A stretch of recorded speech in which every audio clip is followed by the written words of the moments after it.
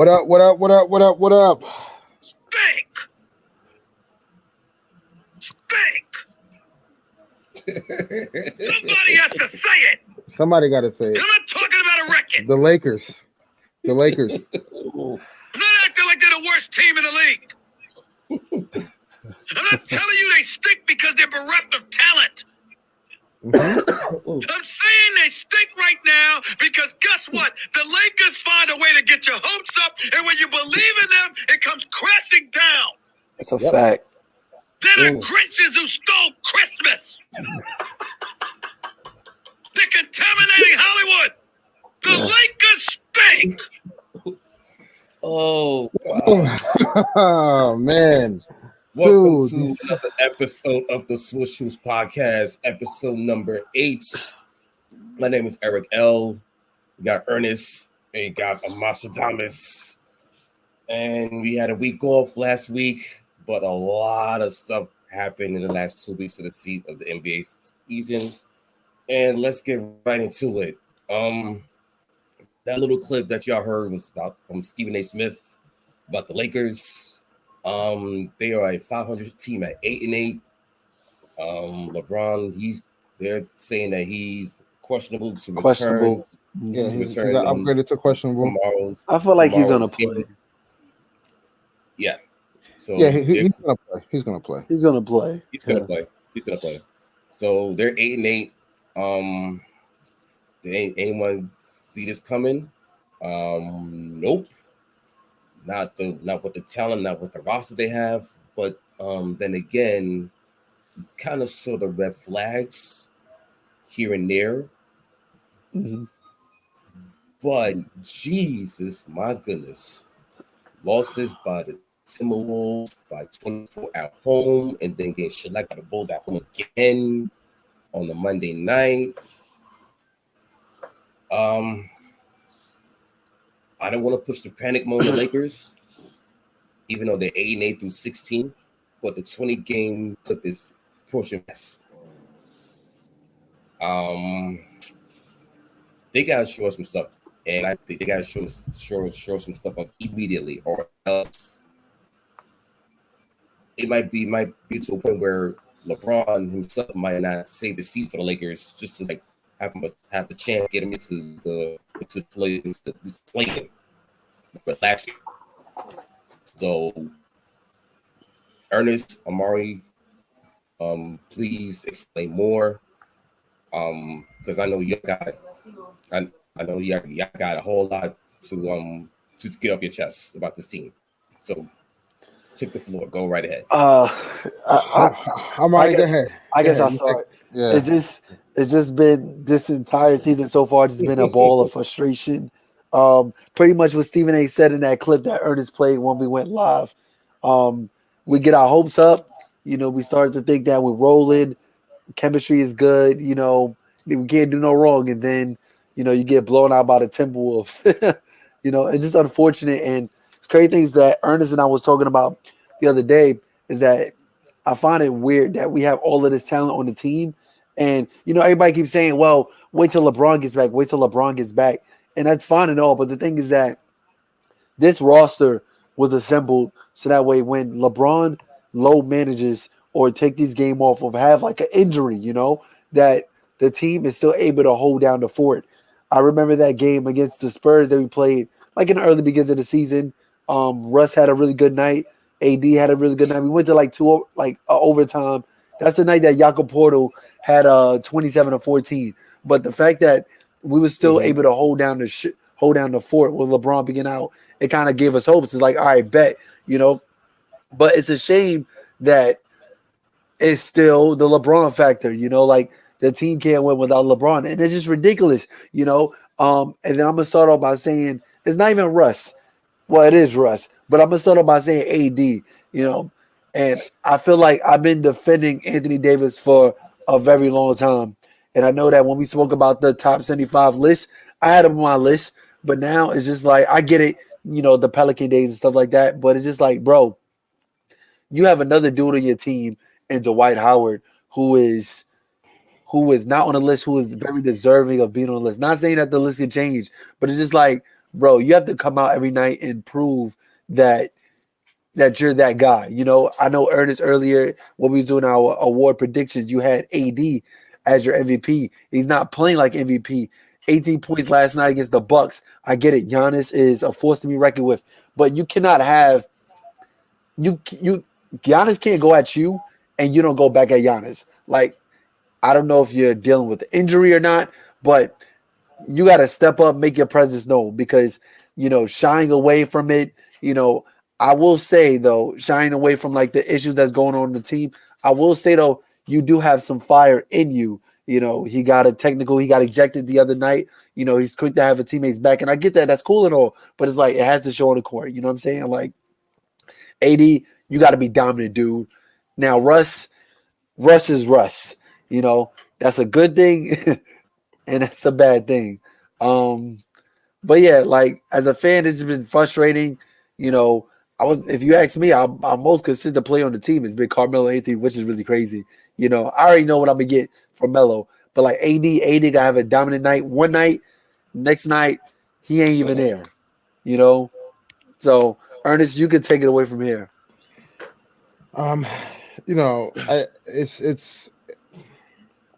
It's a multitude of things, right? Like you want to be able to stay patient because obviously, no one anticipated, the young guys to be hurt to start the year, right? THT was out for some time.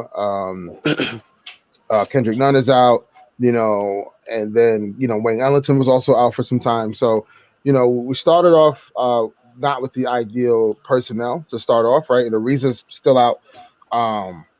And that's hurt the continuity to a degree because obviously during training camp, you're not anticipating that you're playing heavy minutes with Kent Bazemore or you're playing heavy minutes with Avery Bradley and Rondo, and I get it. And I understand the difficulty in trying to get the continuity correct with players in and out the lineup. But what bothers me the most is, I would say, three things. Coach Vogel in his lineups, right? I'll give you a stat last night, right? So prime example, Lakers were the game was basically tied going into the fourth quarter. I think we was up by like 2 at one point. Right. We came back after losing the lead in the first quarter. We came back. I like the effort that we played, not in the second quarter, obviously. And right now, as the season's been progressing, we've been terrible in the third quarter by like a margin. I think it's by like a minus 20, a minus 26 or something like that. As a team every third quarter this year. So we're getting blown out in the third quarter. So it was good to kind of see them fight back in the third quarter after that horrible ending to the second quarter. Come back, take the lead. Here's what bothers me. Around, I would say the 3-minute mark or the 2-minute mark in the third quarter, going into the fourth quarter for another additional totality of 8 minutes, I believe it was. Or no, actually, yeah, it's about 8 minutes. No, excuse me, it's about 3 minutes and 18 seconds in between from the end of the third going into the fourth, right? Frank Vogel does not have AD, Russ, Melo, or THT on the floor. He runs a lineup of DeAndre Jordan at the 5, Kent Bazemore at the 4, Wayne Ellington at the 3, Malik Monk at the 2, and Rajon Rondo at the 1. Time out. Wait. Malik Monk. Go ahead. And Kent Bazemore. Yep. And who else? It was Rondo and Monk. Rondo and Wayne Ellington. That was the 5. Who's the 5? Who's the center? DeAndre DJ. DJ was I believe a minus 11, if I'm not mistaken. Right. If I'm one of the Laker executives or fan base, I'm firing Frank Vogel for that. That's because that literally cost us the game. That cost the game right there.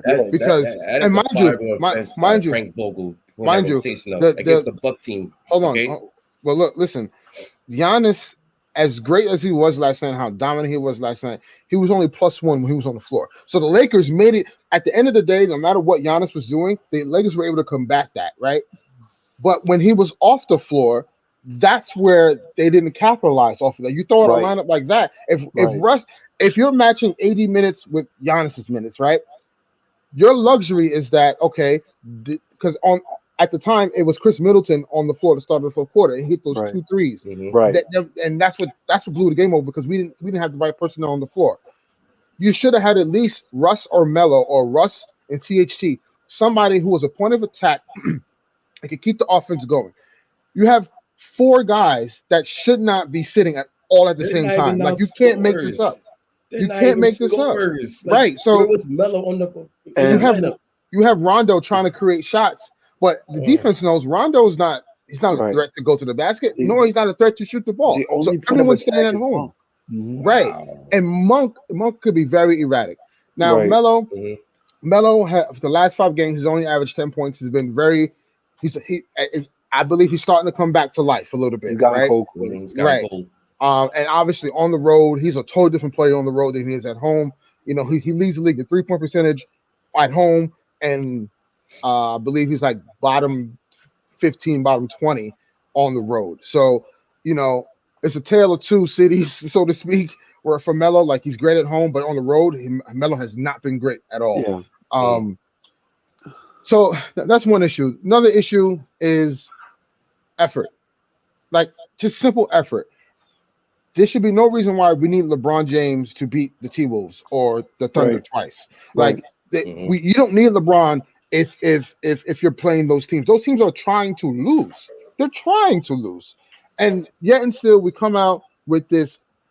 I have no idea. Like I think it's just people they expect players to just respect them and be like, well, they got all these stars in this team. We're just going to lay down for them, and that's not the case. Like the effort is not there. Honestly, if you just play with effort, you beat OKC and you beat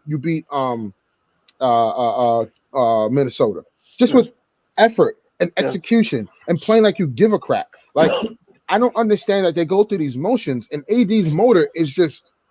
I have no idea where it is at times. Like he settles for jump shots, which bothers me the most. Like Chris Middleton is on him in one play, and he's posting him up, and instead of him just attacking the rim, he passes up to THT, who takes a contested 3-point shot. Like that just bothers me. And then the third thing, what worries me the most, is that we're relying heavily on LeBron to be the offensive guru to run this team. Whereas if Frank Vogel's position should be creating more schemes to help better fluid the offense. Every single time the Lakers, especially against the Bulls, the Lakers would run this side screen and roll. Yeah, it was a high pick and roll right between AD and Russ. There's no movement on the weak side. Yeah. So then everyone's standing around. AD gets the ball at the high post or the extended free throw line, and then everyone clears out. It's the same play every single time. There's no movement. And then when AD gets trapped, he's not really good passing out the trap. He doesn't make good reads. So it's just frustrating that we don't have an offensive scheme. And I thought Fizdale was supposed to do that, but I guess not. Good luck. And good luck with that. And this is why Jason Kidd was a big loss for us. I would like to see them go out and get Terry Stotts. Maybe he was great. He's a great offensive coach, obviously with Damian Lillard and CJ McCollum. Or we go out and try to get Alvin Gentry, because Alvin Gentry knew how to play Anthony Davis. He knew exactly Anthony Davis's best years, aside from the bubble year, was with New Orleans when Alvin Gentry was the head coach.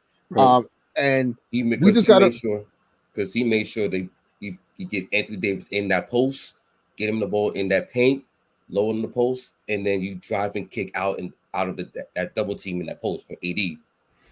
I don't really understand. Vogel changed that game during a 5-minute stretch at the end of the third quarter, beginning of the fourth quarter last night, where he played Bazemore, Rondo, DJ together.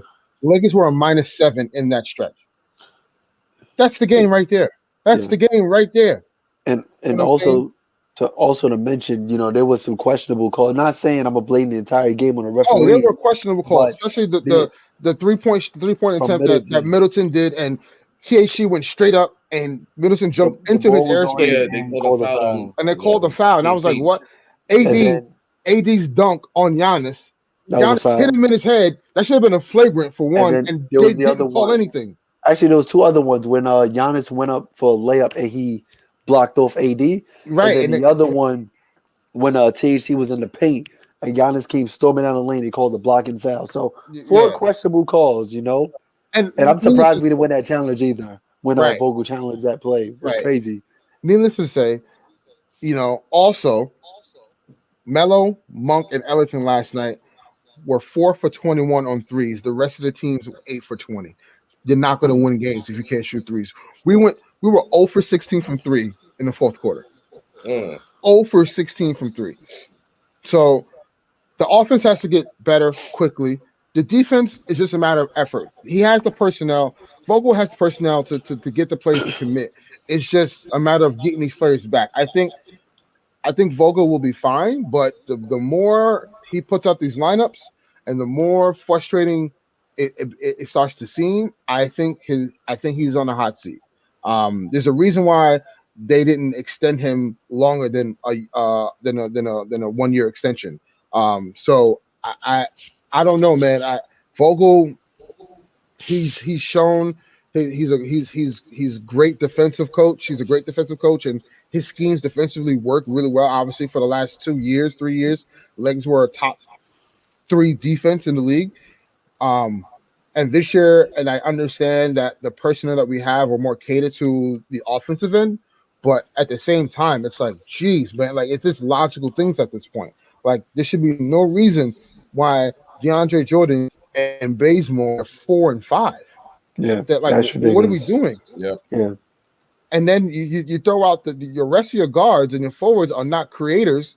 There's no one to kind of create their own shot. They're all setup guys. I just didn't understand that, and that's where we lost the game. It's like, yeah, okay, I understand if Giannis is out the game, cool. 80, sit your ass down, and then you match those minutes. But at the right. same time, you Mhm. have Russell Westbrook, who actually had a great game Yeah, yesterday. yeah. Surprisingly, yeah, He had 15 assists and 3 turnovers, and all the turnovers were in the first half. yeah, You can't ask anything better for what Russ did for you. So that was the opportunity for Vogel to say, Russ, do you for this stretch. Do whatever it is that you did in OKC. This is the time that you can impose your will on the game, right? Mhm. The way you wanted to. You surround him with shooters. I would have put, even if you would have had DeAndre at the 5, cool. You would have had DeAndre. I would have had Melo at the 4. The 3 would have been Ellington. The 2 would have been Monk, and the 1 would have been Russ. You had 3 shooters on the floor, and you have a pick and roll guy that Russ could play off with, and then just live with what you live with there, because those are Russ strengths. Right. So Mhm. I just don't understand what Vogel is doing. I don't know if he's watching the tape. I'm just it's very frustrating to watch at times. We had a chance to win the game. I believe like if we would have played better, we had that I don't know, that airhead play Melo did when he took the ball out and To Bobby and Portis. yeah, and, Yeah. and he tried to throw it to Avery Bradley. Avery Bradley didn't realize it. Then they got the ball and then wound up hitting the 3. And I was just like, it was just terrible. Yeah. It was terrible. So like, Yeah. I'm not pressing the panic button yet because I have to see what we look like when we're fully healthy. Right. But at the same time, I am very concerned about these lineups. And the more Vogel does this, I feel like the more hot his seat will get. Now, I believe firing a coach in the middle of the season? No, because and it's happened with LeBron, and clearly, LeBron has been It able to worked adapt to out. that, right? Yeah. But it's all about who's going to replace him, and the system has to change, and all this stuff. So again, I just have to see what they look like fully healthy, and give Vogel at least that respect in that regard. Like, let's see what you're doing when you have a fully healthy squad. And then, but man, I am not happy with what I'm seeing. I'm very concerned um, about this because it LeBron's in his 19th year, man. Like, over 50,000 minutes. Like we can't keep relying on this man to say Right. what's every single time. Right. Like at some point, Anthony Davis has to say, "Give me the ball. Let me Right. go to work and let me carry this team the way I'm supposed to." But he's not, and I don't understand it. And don't get me wrong, he's having a great year statistic wise. He's the only player right now, I believe, leading Scar. He's the only player right now in the league averaging over 20 points and over 2.5 blocks. You know what I'm saying? He's averaging double-digit rebounds, but like that shit is not consistent. Excuse my language. It's just not consistent at all, and it's very frustrating. Yeah. Mm-hmm. It's like y'all problems with your rotations and how Frank Vogel um plays his lineups is the same problem I have with Tibbs with the Knicks. So last night, for example, so third quarter comes. Third quarter comes. Is the typical third quarter doom. They get outscored 22-18, and I know the Lakers have been very bad in third quarters. The Knicks have been equally as bad, or maybe a little bit worse in the third quarters because they've been getting outscored like minus 28, 29 in the third quarter, just like in the bottom three in the league. The starters have been like total atrocious in the last 6 games. Um, Julius Randle, the last 6 games I read on Stat News on Twitter, he's a minus 63 in the last 5 games. Um, Yikes. Evan Fournier, who the Knicks are paying $20 million per year, he's averaging 7 points a game, and the last 6 games he has not played in the fourth quarter at all. Okay, Kemba Walker, the last 5 games he's averaged 6 points a game, and in the last 6 games also he has not played a minute in the fourth quarter, sat on the bench. Um, it's a real problem. It's a real problem. Um, just look at last night. I was at the game. Typical the game starts. First quarter, okay. As soon as Rose and Taj gets off the bench, and now the energy picks up a little bit more. The offense starts clicking a little bit more. Then you bring in Toppin and quickly. Now you got something cooking with Burks. They always bring the energy. Unlike the starters, they lack the energy. They lack the spark, especially in the third quarter, which has been the bugaboo quarter for the Knicks all season long. Um, Also, the fact that the way Tibbs uses his rotations at certain points of the game is starting to really irritate me.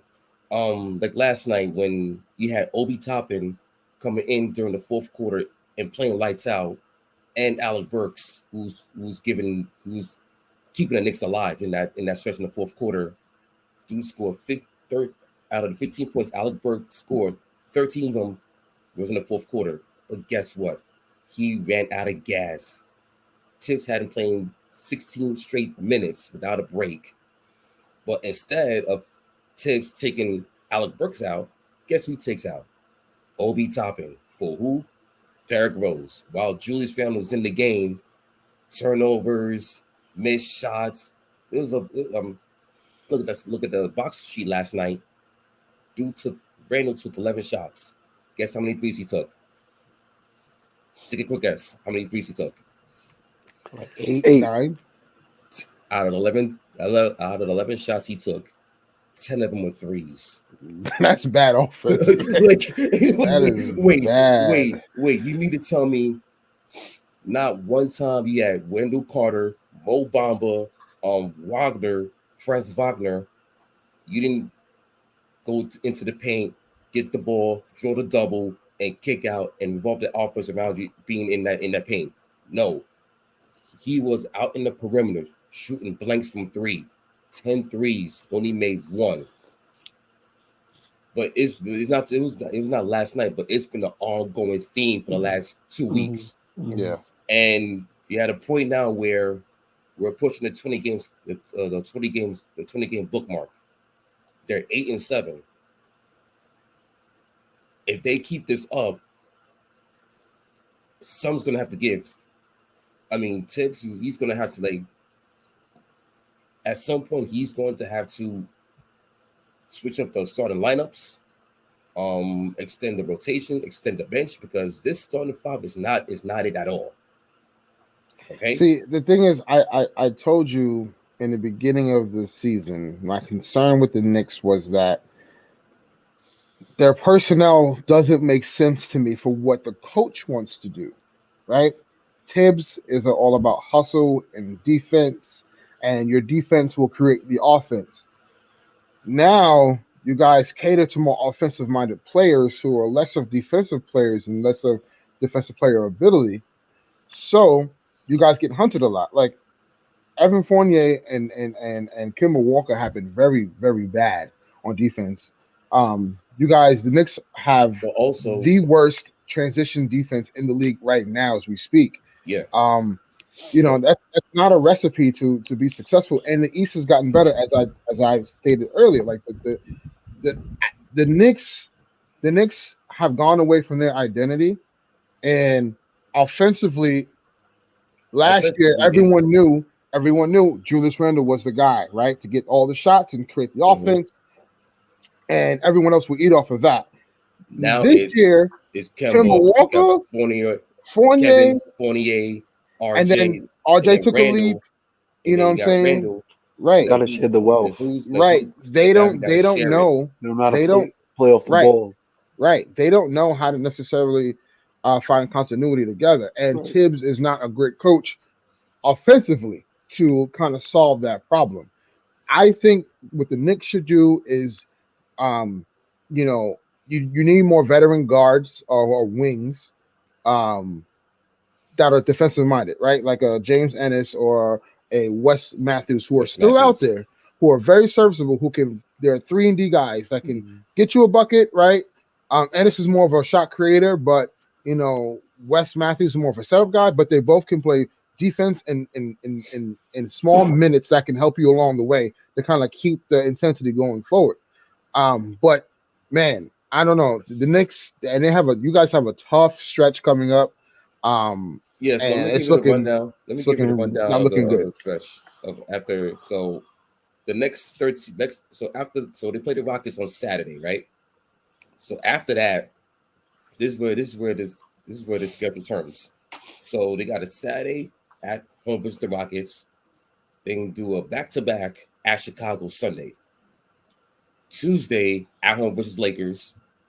Friday at home versus the Suns. Then next Saturday at Atlanta. Tuesday the 30th at Barclays against the Nets. Thursday December 2nd, home versus the Bulls. Saturday December 4th, home versus the Nuggets. Then they got a 3-game road trip. December 7th at San Antonio.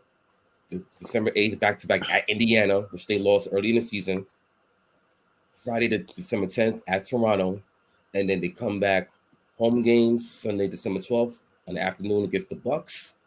And they finish off that stretch Tuesday, December 14th against the Golden State Warriors.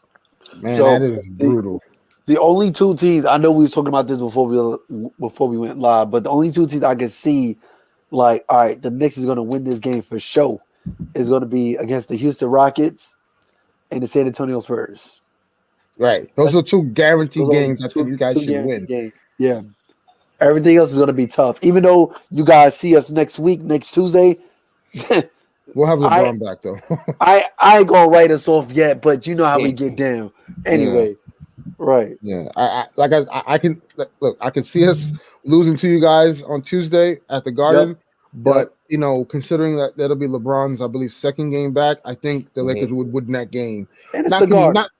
Not convincingly, but the way Melo's It's been gonna be drama. playing, It's gonna be some drama. I think the Lakers win that game. But needless to say, like that is a very, very tough stretch for you guys, man. And you can easily go 0-12 in that stretch. Easily.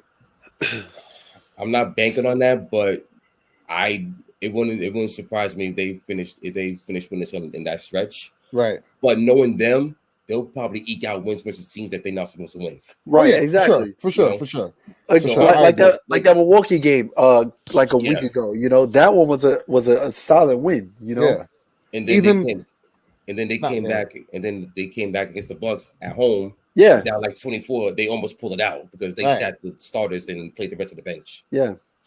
And So and also like when you guys beat the Bulls, right? Like that was a Solid. quarterly win. Yeah, yeah, You know but what I'm they had saying? but they had a 12-point lead and almost gave that game yeah, away. yeah. You know what Yeah, I'm saying? that's true. That's true. Yeah.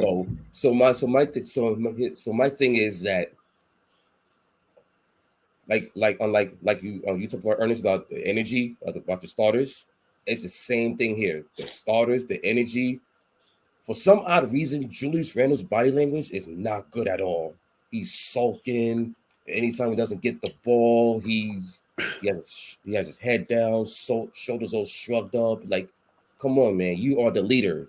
You got that contract extension in the summer for a reason.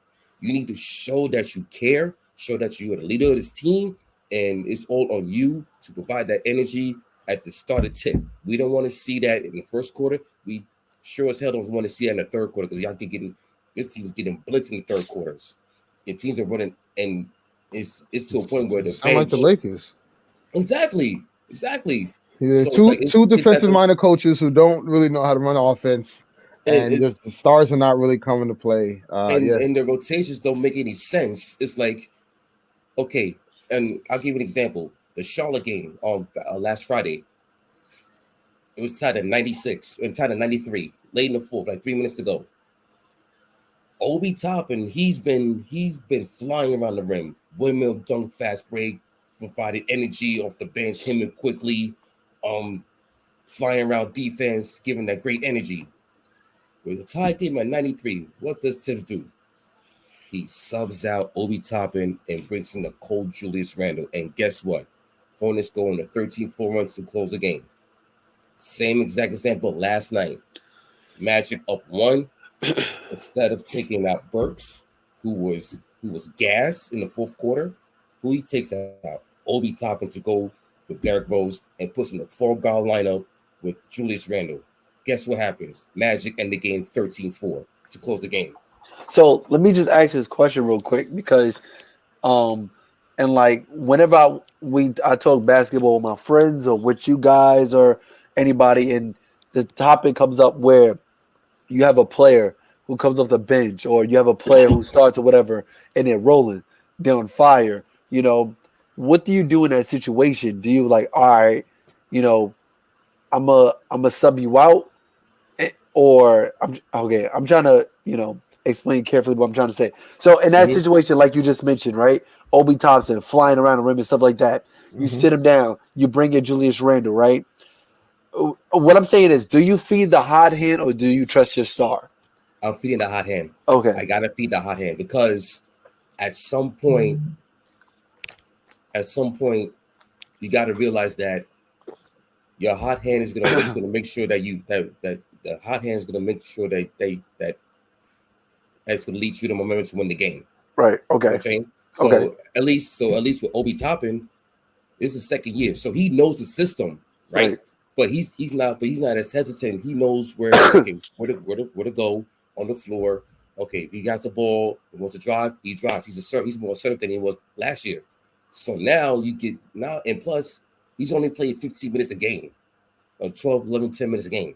That is not enough minutes for Obi Toppin to develop his game.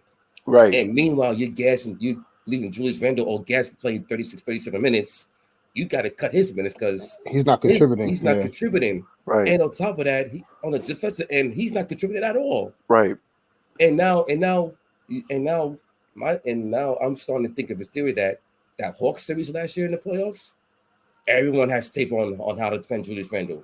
Yeah, of course. Of course. I said this. Yeah, of course. You play that little zone. You force him to pass, force him to think about where the double team is coming, and you force him to go right. Right. And he's still not. Same with RJ.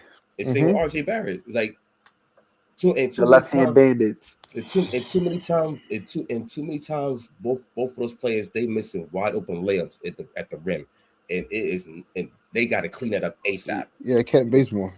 Yep. It's like, come on, RJ, you're the third pick of the draft in 2019. Like, there should be no reason that you should not be below 80% near the rim. Like, seriously. Kent Bazemore, I hope you watching this, brother. And it's getting to a point where changes need to be made in the starting lineup because this cannot go on. The fact that you paying Evan Fournier $20 million to give you 7 points and not play a single minute in the fourth quarter of the last 6 games, that's not good. Yeah. Where was the Evan Fournier in the Olympics? It's because because of, again, Tibbs' philosophy. If you're not going to play defense, bro, he's going to sit you. He's going to sit you. And the thing is that he's too much of a defensive liability in the fourth quarter when games are close because he can get hunted. So, Kemba's getting it's hunted left and right. Evan Fournier's getting hunted left and right. So you can't play him in those crucial minutes. yeah. And on So top of that, their offense has been plummeting. That's yeah, that's that was that's the thing that's more frustrating than the defense. It's the offense. It's yeah, more like I read a stat where the offensive rating for the starting five is at 102.9, which would be 26 in the league. Like, wait a minute. You mean to tell me like after the hot start they had at 5-1, they came and cracked 105 points? Yeah. yeah. So It's not good. It's not I would good. say, listen. At the end of the day, But I'm not pushing the panic button. But December 15th is right around the corner. That's the first day where the teams who sign new players they can do trades. They can be trades. So Leon Rose, if you're watching, maybe he's not, but if you're listening, He watching, bro. December 15th. He gonna watch. December 15th. That's the date. Okay. Yeah. So Tibbs, keep this up. He might be on notice. Okay. I don't know. I don't know about that, but we'll see. But needless to say, the Knicks fan base. I know, but it's the same thing with us. Yeah, it's the same thing with us. Yeah, Vogel's on a Laker fan hot seat. Thanks, Sean. Yes. But we got to move on to the next topic. But yeah, so listen. At the end of the day, Lakers and Knicks got to get it together. The silver lining for the Lakers, right? Obviously, we're getting LeBron James back tomorrow. Worry about Tuesday because I'll probably be at the Knicks and Lakers game at the Garden. I'm trying to get tickets for that game. But we have LeBron coming back. Obviously, Ariza, Nunn when those guys come back, and then the silver lining, honestly, in this whole thing, and then we'll move on after this is Kevin Horton-Tucker, man, for the Lakers. Last two games, man, 25 points, 12 rebounds, 3 assists, 3 threes. Last night, 28 points, 6 rebounds, 4 3-pointers, and 2 assists. He's been playing really well, and I'm glad to kind of see if he can continue this with LeBron coming back. I think we get some good things rolling, but we have to see how it all comes together. In other news, though, around the league, Golden State Warriors, man. Oh my goodness! There's nothing more I can say about them. I said, at first, again, I have to credit my guy John Gass because, way before we started the podcast, he would tell me, "Hey, I think the Warriors are going to be a contender this year," and I laughed at him, and I was just like, "That is the most asinine thing to think about right now. They're not going to have Clay until Christmas, At around 30-something games, they're going to miss. The West has got a little bit better. The Pacific Division that they play in obviously has gotten better. But I stand corrected, man. I was wrong, and I've moved over to. It was all wrong. Moving them over to them being my sleeper. I said they're a wild card team. Yeah, and they are more than a wild card and more than a sleeper. They are on notice. Yeah. With Klay Thompson coming back, and I believe from what I read. He's looking like the old of Clay. Like he never got hurt. Yeah, he never got hurt. Wiseman's going to come back. That'll help with the better rotations. You got Jordan Poole probably coming off the bench now. Like it's going to be that's going to be a tough team to deal with. I still think the Lakers, they click and they figure it out. But I think that's the team that we're going to have to go to war with in order to get to the championship. And right. Man, if we don't get it together, we're getting smoked. That's all I'll say. Oh, by the way, they lead the league in third quarter point differential. They've been smoking teams in the third quarter. Yep, and we have the worst point differential in the third quarter. So there goes that discrepancy. And yeah, man, right now, Steph Curry's the clear-cut MVP right now as we speak. It's Jordan Poole. By the way, is Jordan Poole 6th man of the year? I mean, no. Still most improved, yes. Most improved 6th man. I have to see more. Because he starts right now, though. Right, exactly. Yeah, he starts because of Klay Thompson. Yeah, and right now I would say Melo or Tyler Hero or like Tyler Hero. 1 and 2 6 man. Yeah, I got Tyler Hero Tyler Hero's number one. Melo is a close two. Like he's Right. right under there. Just Melo is just terrible on the road. So We just gotta produce wins. Wins gotta come out of it. Even though the right, Miami Heat is 10-5 right now, like the Heat are picking up like great W's against great caliber teams. yeah, And and we like beat the they Heat, Sean. right.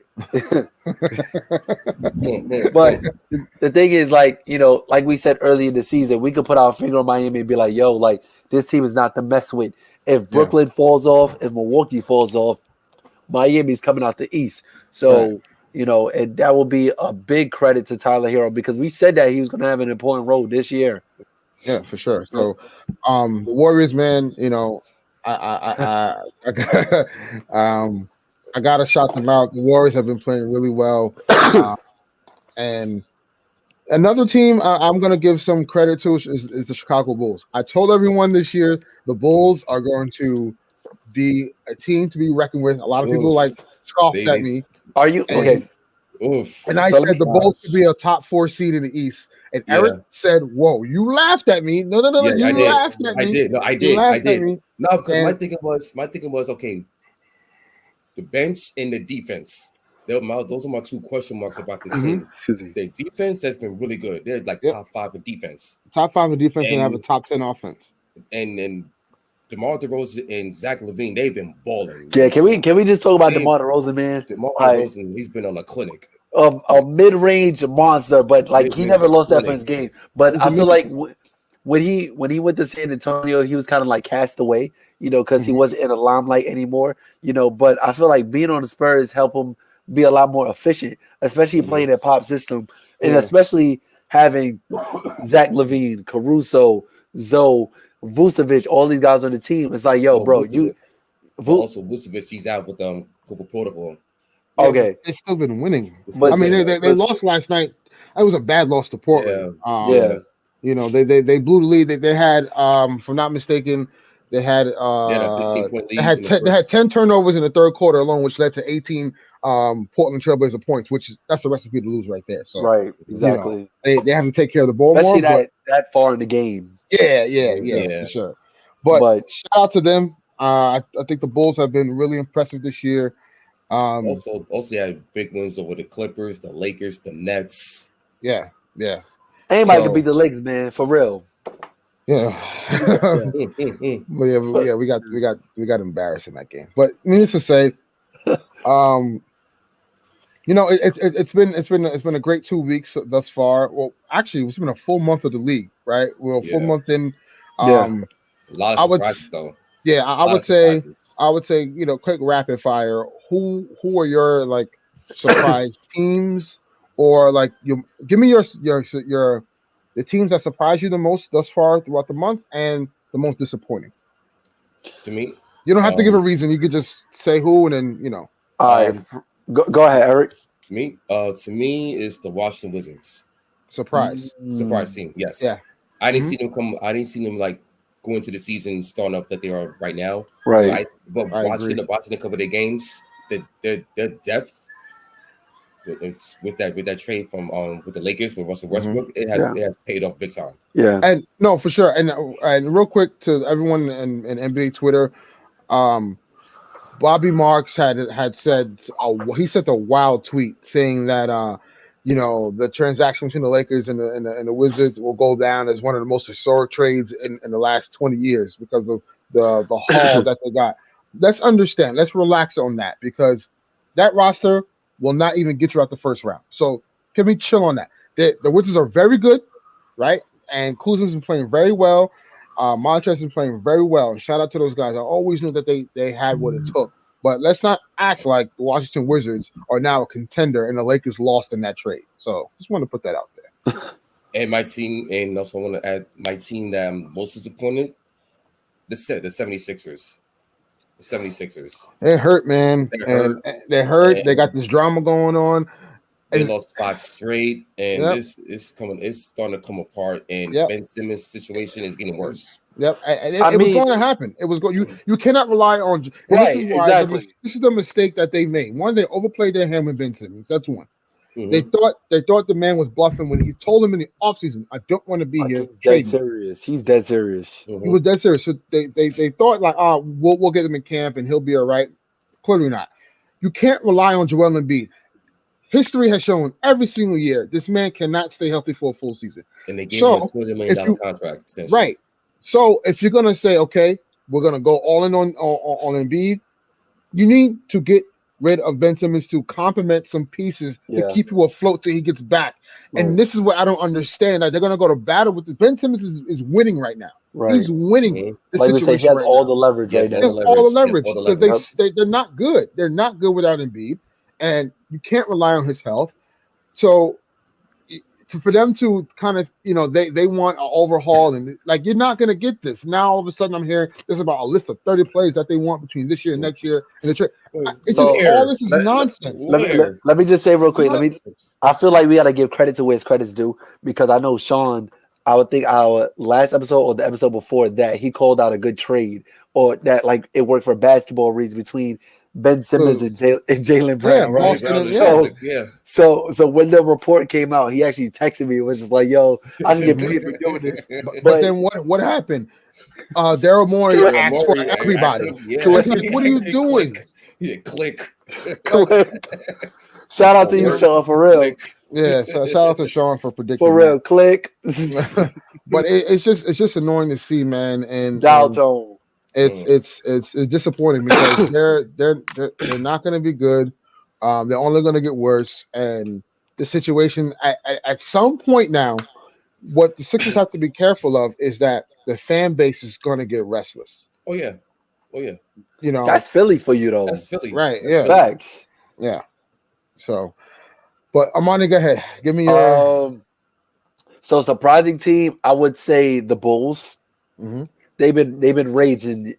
Every time I post a caption of the Bulls doing well on the gram, it's the raging Bulls because they're out here kicking butt, And the disappointed team is the Lake Show, man. Like just it like I said earlier in the beginning of the episode, we have all of these guys who's able, and I understand we're hurt, we're banged up, but we have all of these guys to hold down the fort, and it's not happening.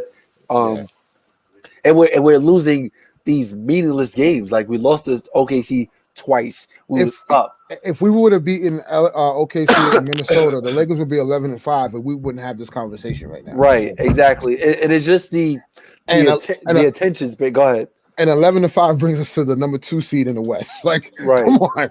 And it's just the attention span is not there. The hunger is not there. And like we're not coming off a championship, but I feel like guys are just walking in like just throwing these lackadaisical passes. Russ jumps in the air before he decides whether or not he wants to shoot or pass. And the thing is, like, you have to learn from your mistakes. I get it. These dudes are professional basketball players. These dudes get paid to play these type of way on the court. But it's like it has to come down to it's just like, yo, like we have not been winning the game this way, or we've been folding at the end of games, or we're losing to the Thunder. Something has to give. Yeah. Oh, can I get one honorable mention though? Can I get go ahead. On my surprise team? Look at the Oklahoma City Thunder. They're 6-8. Who would have thought that team would have won? Who win like this? And they picked up 2 W's on the Lakers, man. Yeah. I mean, that's a young, scrappy team that's coming up. So, and I think another honorable mention on my disappointing team, I'm gonna have to go with the Boston Celtics. Really? Like, I'll put it like this: like the Celtics, like they're supposed to be a contender every year in the East. I understand that the coaching change they had, and the roster construction is not that great, but I expected at least more from out of Jaylen Brown and Jason Tatum, because those are the 2 alphas on that squad. Yeah, Jason Tatum, he's been shooting poorly, man. Yeah, one game a couple of days ago, went 8 for 20. Yeah. Remember last time on the episode, I read off a stretch where he was just shooting poorly. Yeah, he was shooting poorly. Like, 4 for 20. He had a 4 for 20 game, a 7 for 19 games. Like the only good game that he had was against the Hornets when he went to like 2 overtime or something like that. He had 40 points in that game, and that was it. Yeah. And it's like, I know they won a couple games. And guys, do not blame Kobe. Don't blame Kobe for the reason why Jason Tatum is shooting poorly, man. That's the Celtics fan. Don't do that. Yeah. So my surprise team, and I'm gonna cringe saying this, but I have to give them credit. The Clippers. Right. Paul George has been He's playing been out of his balling. damn mind. He's been Um, balling. I can't say enough. I thought the Clippers would be worse. At this point. And Skip Bayless, I believe like last week or week before or something like that, he did announce that because he has inside info. Um, yeah, they still blaming Kyrie. Yeah, Boston fans, I don't know, guys. Come on, give it up. Just give it Um, up, bro. uh, he had revealed that Kawhi is not coming back this year. And I'm sure Skip has a credible source. So the fact that Kawhi is probably not returning this year, and they're fifth in the West right now at a 9-5 record. Hey, the Clippers have been playing well, and they have been a surprise team for me. I really thought they were going to struggle. Um, you know, Yeah. and without Kawhi Leonard, and obviously without Ibaka, and Batum that came back late. I just and Eric Bledsoe and how he fits in that whole scenario. I gotta give it up to Ty Lue, man. I wish he was our coach, honestly, um, but yeah, I gotta give kudos to the Clippers. I, And yeah, go ahead. I would just say it's because of PG's able to play free, you know. Yeah, Not saying that Kawhi was holding him back, but these are like reminiscent of like his Indiana days, where he right. was the Yeah, guy Yeah. when he became most improved, when he started surging, you know what I mean? yeah, And now that it's clear cut for this season that he's the guy, he's taking it and running with it, there's not like a guy of Kawhi Leonard's caliber to be like, yo, like, all right, let me get some too. yeah, So that is part of the reason why the Clippers are surging and PG is surging. yeah. And honorable mention for surprise team is the Cavs. Oh man. Are Yeah. not a pushover. Yeah. Not a pushover. Remember they almost What beat Biggie Steph us. has right. What Bigger Steph has I was done at with I, that. Go ahead. I was at the game last Sunday when the Cavaliers played the Knicks, and then Ricky Rubio. Ricky Rubio just Yeah. went Reggie Miller on in the third quarter. Mind you, Colin Sexton left the game with a knee injury. Found out it was like a torn meniscus. And And he's Evan still out, and Mobley, they've been yeah, fine.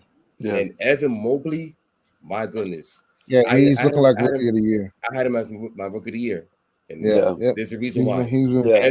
Evan Mobley was making Mitchell Robinson look like, yeah. Hey, yeah, man. can I just say, since we brought up Rookie of the Year real Oh, quick? by the way, Evan Mobley's out 2 to 4 weeks with a sprained elbow. Sheesh. Yeah. I was gonna say, since we brought up Rookie of the Year, I know from my pick I had Cade, and when he first got back, because he was dealing with like a Cade's been playing He's well been playing too, well. man. right. He's been playing well. He's starting to find his stride, because the first couple of games there was a game where he went scoreless or he had like 2 points or something like that. But now he's starting to get into rhythm, even though the Pistons aren't going to do well. But Yeah. it's Even good in to the see matchup that. against Jalen Green, he showed that he was the better Right, player. right, Yeah. exactly. More polished. It's clear. It's clear that he's finding his stride and finding his rhythm. So that's good Yeah. to see. Yeah.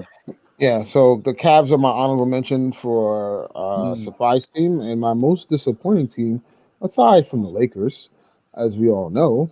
I would honestly have to say the Atlanta Hawks.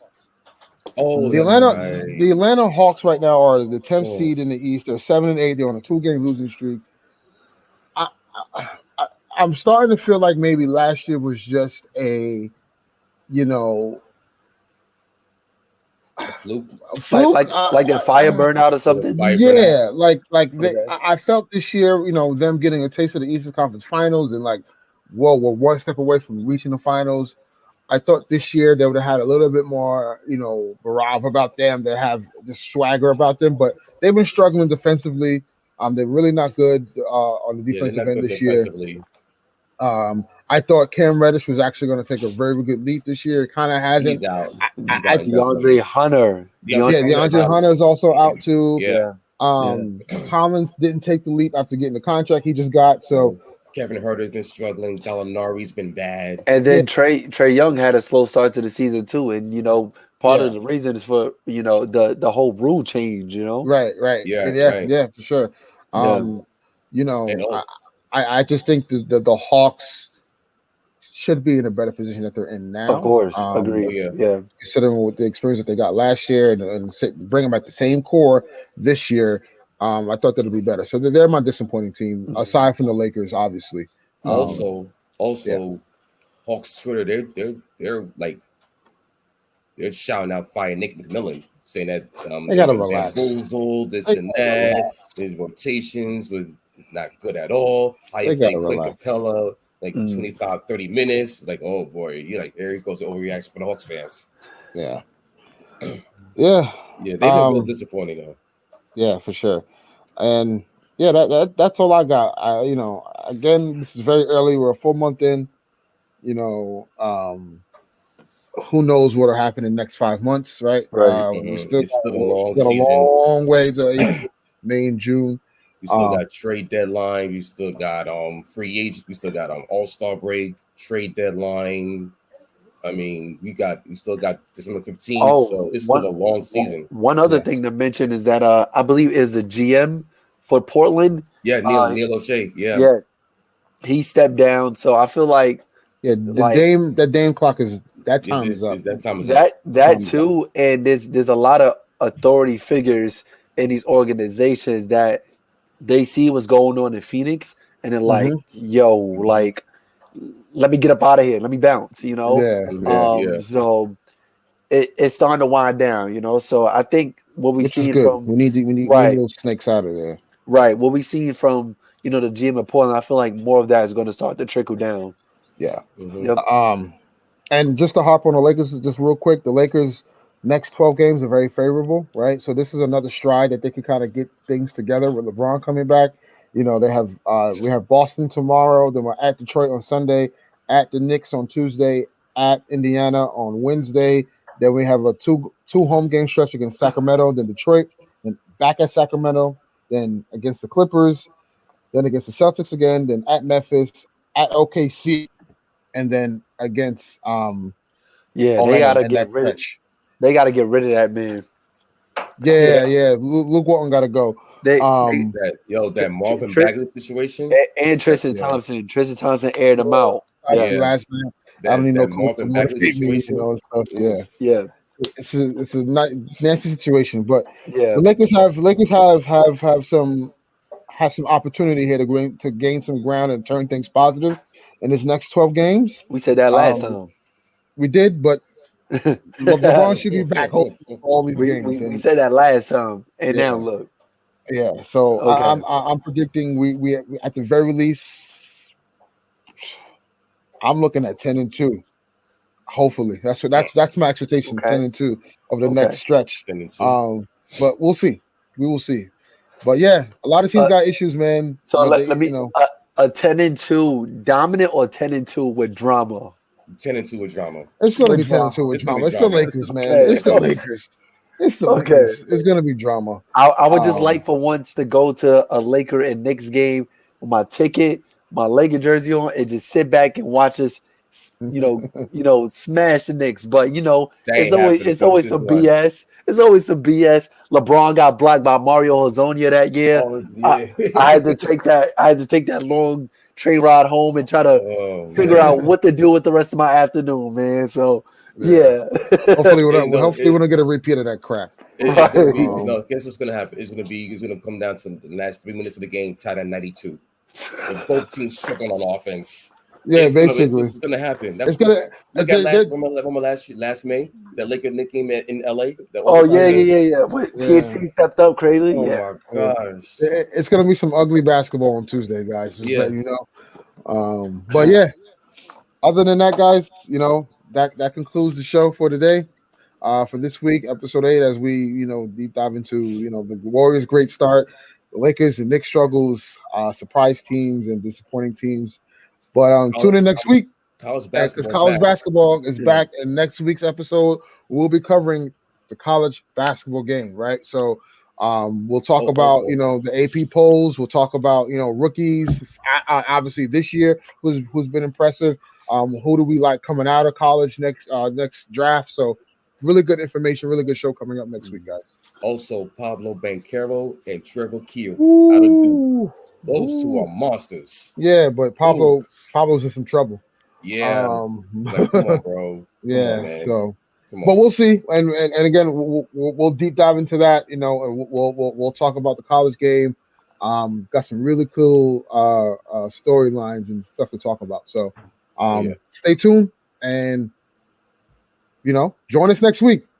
Join us next week, y'all. Thanks. Like, Signing comment, off. and subscribe to the channel. Yes, Yes, you know the please go handle. like. Please I go like like. that. Please go subscribe to the channel. You know the handle.